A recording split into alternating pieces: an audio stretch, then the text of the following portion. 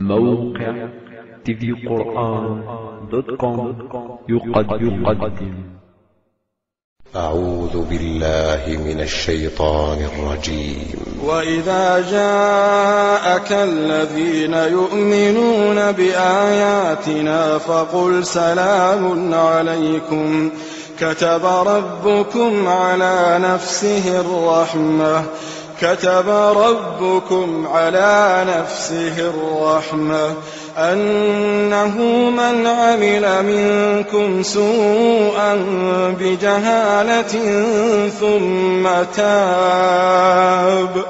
ثم تاب من بعده وأصلح فأنه غفور رحيم.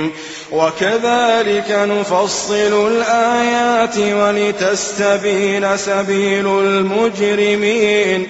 قل إني نهيت أن أعبد الذين تدعون من دون الله قل لا أتبع أهواءكم قد ضللت إذا وما أنا من المهتدين.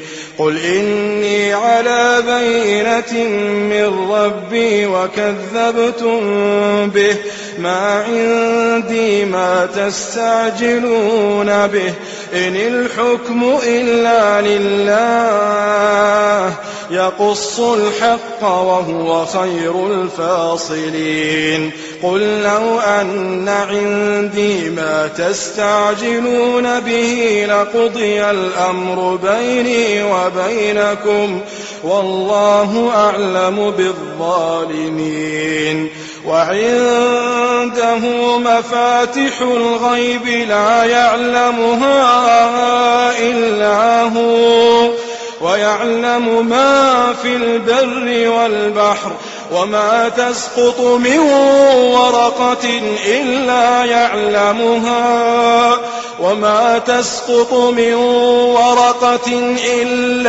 يعلمها ولا حبة في ظلمات الأرض ولا رطب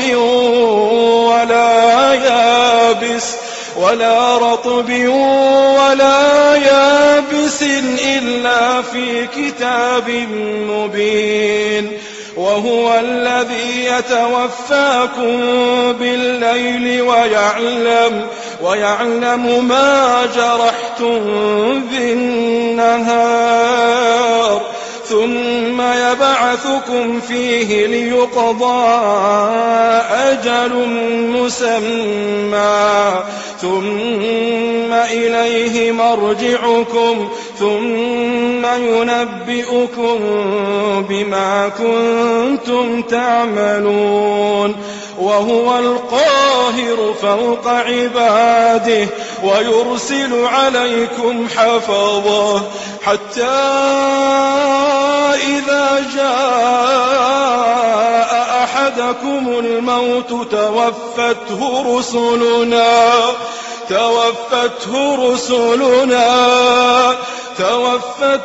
رسلنا وهم لا يفرطون ثم ردوا إلى